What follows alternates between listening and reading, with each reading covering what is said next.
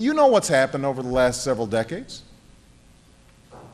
What's happened is that more and more businesses are saying we can't afford to provide health care to our workers because the costs are skyrocketing. So they just drop health care altogether. A lot of small businesses, they don't provide health care to their employees anymore. And large businesses, what are they doing? They're saying to you, we're going to jack up your premiums, we got to increase your deductibles.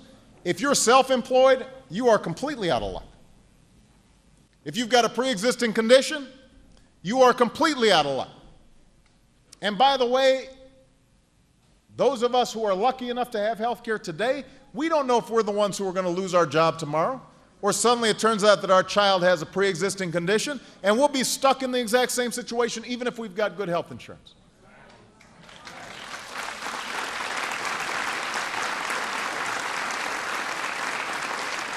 Now, everything I just said, if you talk to my opponents, they'll agree. They'll say, you're right, the healthcare system's broken. For too many people, it's getting worse. They will acknowledge that the status quo is unsustainable. But you know what they tell me? They say, well, we agree with you, the current system's unsustainable, but this is just not the right time to do it. They said, let's start over. That's what they said. We just got to start from scratch. Well, let me tell you something. The insurance industry is not starting over. They just announced a 39% rate increase in California and a rate increase of up to 60% right across the border in my home state of Illinois.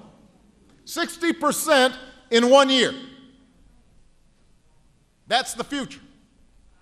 That's the future if we fail to act. And by the way, I don't recall any of these Republicans trying to do anything about insurance companies' abuses during all the years they were in charge. Do you, Claire? I don't remember.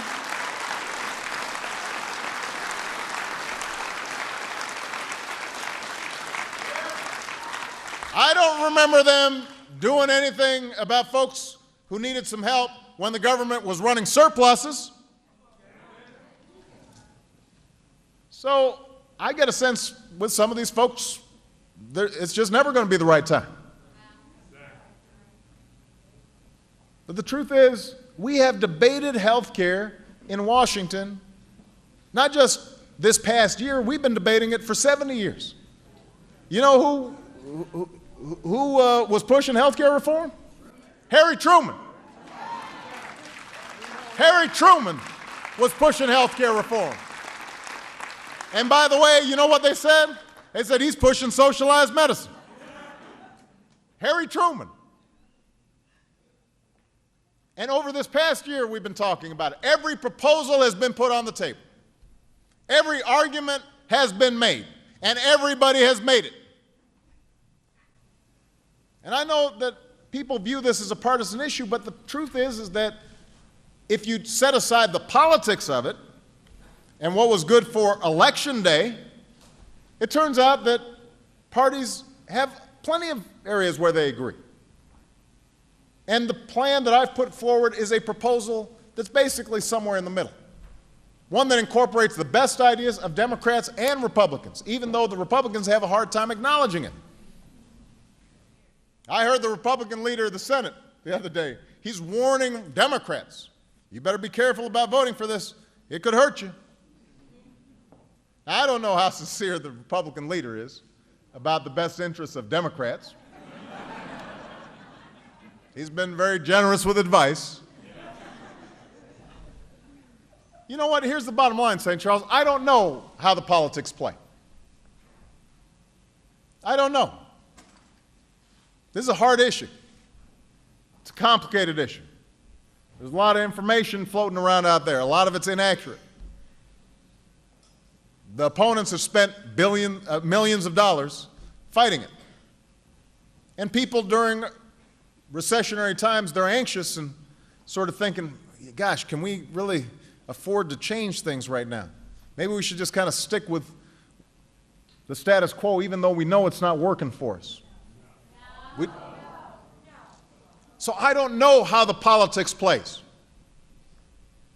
But here's what I do know.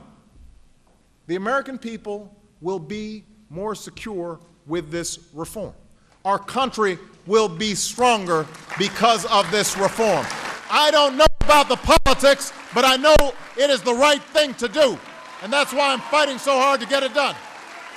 Now is the time, now is the moment, now is the time for us to leave for the next generation and generations to come a stronger and more prosperous country.